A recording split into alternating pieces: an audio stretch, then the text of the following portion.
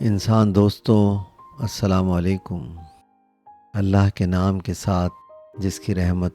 پرجوش اور شفقت رحیمی ابدی ہے۔ دوستوں، آج کا میرا موضوع ہے انڈس واٹر ٹریٹی اور پنجاب کے حالیہ سیلاب۔ پنجاب کے حالیہ سیلاب میں جو تباہ کاریاں ہیں، جو نقصانات ہو رہے ہیں، اس پہ ظاہر ہے دل دکھتا ہے، انسان دربدر ہوتا ہے، انسان پریشان ہوتا ہے۔ انسان کی پریشانی، اس کا دکھ، اس کے نقصانات دیکھے نہیں جاتے، لیکن بہت ساری پریشانیاں ایسی ہوتی ہیں جس پر ہمیں اس لحاظ سے بھی بڑا دکھ ہوتا ہے کہ اس کا ازالہ کیا جا سکتا ہے، بہت سارے پریشانیوں سے بچا جا سکتا ہے، لیکن اس حوالے سے ہمارے ہاں بہت کوتاہیاں ہیں، بہت کمی ہے، نیگلیجنس ہے، جس کی سزا ساری قوم بھگت رہی ہے۔ اور اس موقع پر اس تکلیف، اس پریشانی کے اسباب تلاش کرنے کے بجائے بہت ہم نے آسان حل تلاش کر لیا ہے کہ اس صورتحال پر ہندوستان پر الزام لگانا شروع کر دیں، یہ کہنا شروع کر دیں کہ اس نے ابھی جارحیت کی ہے۔ یہ ایک ظلم ہے، پانی اوپر سے نیچے کی طرف ہی آئے گا، اور یہ جو کچھ ہو رہا ہے یہ ایسا نہیں ہے کہ یہ ہمیں پتہ نہیں ہے، یہ جب سے پاکستان بنا ہے یہ ایسے ہی ہو رہا ہے۔ 65 سال پہلے ہمارا انڈس واٹر ٹریٹی معاہدہ ہوا تھا، اور اس میں یہ تمام چیزیں طے ہوئی تھیں، اور اس میں یہ چیزیں ہمیں علم تھا کہ یہ اس طرح کی چیزیں ہمارے سامنے آئیں گی، اور ان مسائل کو مل جل کر حل کریں گے۔ ہم ماحولیاتی تبدیلی پر پالیٹکس کر سارا جو ہماری جو خامیاں ہیں، جو غلطیاں ہیں، ان کو چھپا رہے ہیں، لیکن ہمارا رویہ کل دوسرا ہے۔ اور آج کل ہم نے ایک اور ہمیں بہانہ مل گیا ہے کہ ہم سیلابی نقصانات سے بچاؤ کے حوالے سے کوئی تدبیر کرنے کے بجائے جو پرابلمز پیدا ہو رہی ہیں، ساری دنیا ہی پریشان ہے، اس پر ڈال کر اپنے آپ کو سیف کرتے ہیں، اور بڑے بڑے اس میں آرٹیکل نظر آ رہے ہیں کہ اب گنجائش نہیں ہے اس پہ کام کیا جائے۔ اور اس حوالے سے بھی ہمارا ایک رویہ ہے کہ ہم ایک ماحولیاتی موسمی تبدیلی کے اثرات سے بر وقت نمٹنے کے لیے دنیا پالیسیز بنا رہی ہے، وہاں سے بھی کچھ چندہ بٹورنے کے چکر میں ہے، فنڈ بٹورنے کے چکر میں ہے، نہ کہ ان مسائل کو حل کرنے کے لیے خود بھی کوئی تدبیر کریں۔ یہ ہم کرنے کے لیے تیار نہیں ہے، جس کی سزا ظاہر ہے پوری قوم بھگتے۔ اور یہ نہیں ہے کہ یہ کوئی کسی ایک حکومت کی یا کسی دو حکومتوں کی، اصل میں یہ قومی مزاج ہے، ہم ایک دوسرے کی پرواہ نہیں کرتے۔ ظاہر ہے جب ہم پرواہ نہیں کرتے تو پھر قدرت بھی پرواہ نہیں کرتی۔ پانی کی ہمیں اشد ضرورت ہے، لیکن پانی ہم دیکھتے ہیں کہ ہم کس طرح ضائع کرتے ہیں۔ ذرا لوگوں کو وضو کرتے ہوئے دیکھ لیں کیسے پانی ضائع کرتے ہیں۔ بعض علاقوں میں پانی نہیں آتا، جب پانی آتا ہے تو آپ دیکھیں گلیوں محلوں میں پانی بہ رہا ہوتا ہے، پورے روڈ وہ پانی سے بھر جاتے ہیں، گلیوں میں صاف پانی بہتا ہوا نظر آتا ہے۔ مجھے اس موقع پر آپ صلی اللہ علیہ وسلم کی ایک حدیث یاد آ رہی ہے کہ آپ نے فرمایا کہ میری امت میں کچھ لوگ دعا اور طہارت کے معاملے میں اعتدال سے ہٹ جائیں گے۔ یہ ابو داؤد اور ابن ماجہ کی حدیث ہے۔ وضو کے معاملے کو دیکھ لیجئے، میں گھر سے ہی وضو کر کے جاتا ہوں، لیکن جب مسجد جاؤں تو کبھی مسجد میں وضو کرنے کا اتفاق ہو یا گھر میں پانی کی کمی ہو تو مسجد چلا جاتا ہوں، وہاں سے وضو کرتا ہوں، تو لوگوں نے فل نل کھولا ہوا ہوتا ہے، یعنی جہاں اگر آدمی 1 لیٹر سے وضو کر سکتا ہے تو وہ لوگ 5 10 لیٹر ضائع کر رہے ہوتے ہیں، کوئی فکر ہی نہیں ہوتی انہیں۔ تو بہرحال سیلاب آئے تو اس پر کافی ایک بحث چل رہی ہے، جو ہمارا میڈیا ہے، ہمارے سیاستداں ہیں، اسے ہندوستان کی آبی جارحیت قرار دے رہے ہیں، جو ایک ظلم ہے۔ ہندوستان نے بر وقت جو ہے پاکستان کو سفارتی ذرائع سے نہ صرف اطلاع دی، حالانکہ ابھی پاکستان اور ہندوستان کے درمیان حالات بہت کشیدہ ہیں۔ ہندوستان پاکستان کے درمیان جنگ بھی ہوئی ہے، اور اس جنگ سے پہلے جب پہلگام میں جو اٹیک ہوا تھا، جس کا الزام ہندوستان نے پاکستان پہ لگایا تھا، تو اس کے بعد انہوں نے انڈس واٹر ٹریٹی کو سسپینڈ کر دیا تھا، معطل کر دیا تھا، اور اس معطل کرنے کی جو انہوں نے بات کی تھی اس کے تحت یہ خیال تھا کہ وہ شاید پاکستان کو نہ بتائیں ڈیمز کے گیٹس کھولنے سے پہلے، لیکن انہوں نے ایک ذمہ داری کا مظاہرہ کیا، اخلاقی لحاظ سے ایک بہتر کام کیا، پاکستان کو انفارم کیا کہ بھائی ہم یہ گیٹ کھول رہے ہیں، جو بندوبست آپ کرنا چاہیں کر لیں۔ اور دنیا میں معاہدات ہوتے رہتے ہیں، پاکستان کا یہ معاہدہ 1960 میں ہوا تھا، اور آپ کو یہ جان کر حیرت ہوگی کہ یہ دنیا کے کامیاب ترین معاہدوں میں سے ایک معاہدہ ہے۔ جب یہ معاہدہ ہوا تھا تو یہ ہندوستان کے وزیر اعظم جواہر لال نہرو اور پاکستان کے صدر ایوب خان، ورلڈ بینک کے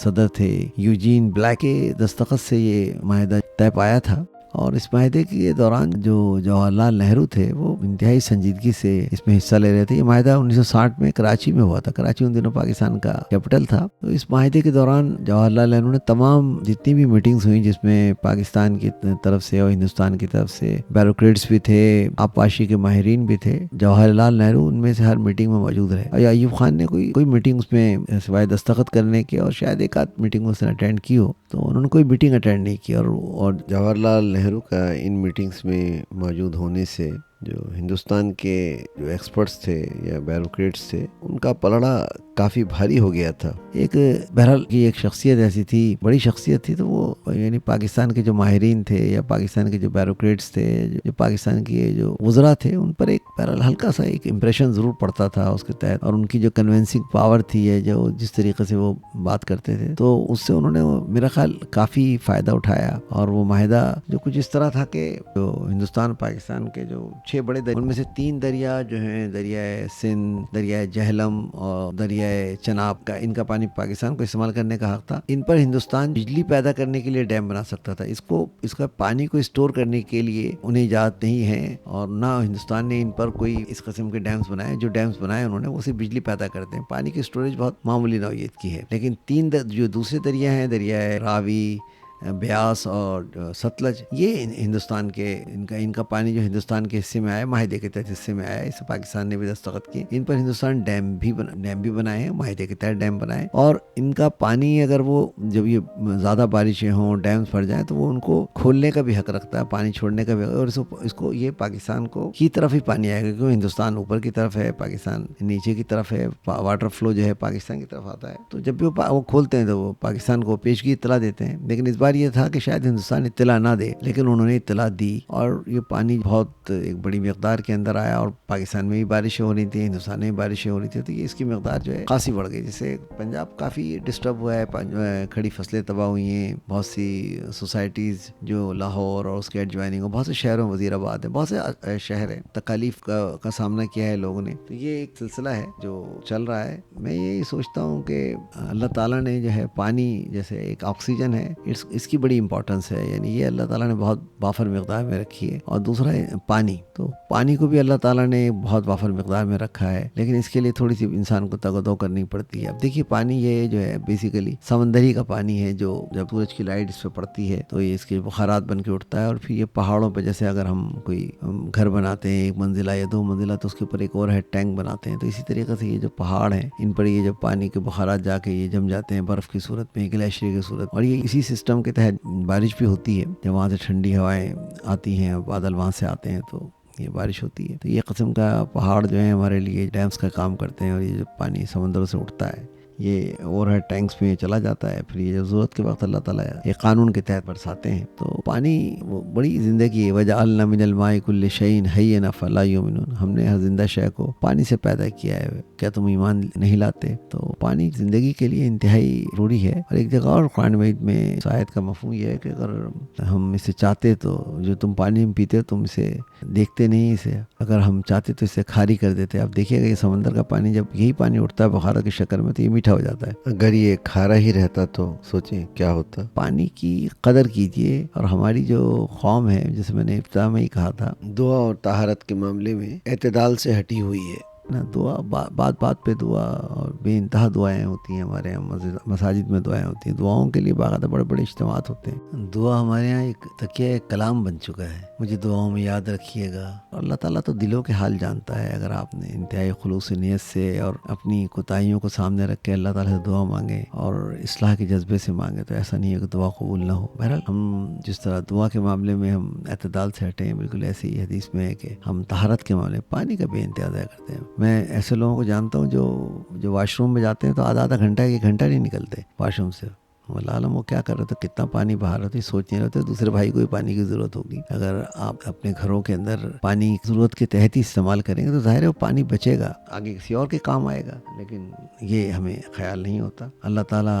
ہم پر رحم فرمائے، اللہ تعالیٰ انسانیت پر رحم فرمائے۔ بہرحال ہلکا پھلکا اس سیلاب کے حوالے سے میسج دینا تھا۔ جو سیلاب کی تباہ کاریاں ہیں وہ تو بہرحال اب ہوئی ہیں، جن پہ بیت رہی ہے، اللہ تعالیٰ ان پر رحم فرمائے۔ جو ہم میں طاقتور لوگ ہیں، جو ہم میں صاحب حیثیت لوگ ہیں، تو تو ان سے درخواست ہے اللہ تعالیٰ انہیں توفیق دے کہ وہ ان کی مدد کریں، اس موقع پر ان کے کام آئے. ہو سکتا ہے اس طریقے سے کچھ ہماری قوم پر کچھ اللہ تعالیٰ بھی رحم فرمائے، قوم کی بھی اصلاح ہو. تو اجازت دیجیے، پھر انشاءاللہ کسی دوسری موضوع کے ساتھ حاضر ہوں گے. آواز و پیشکش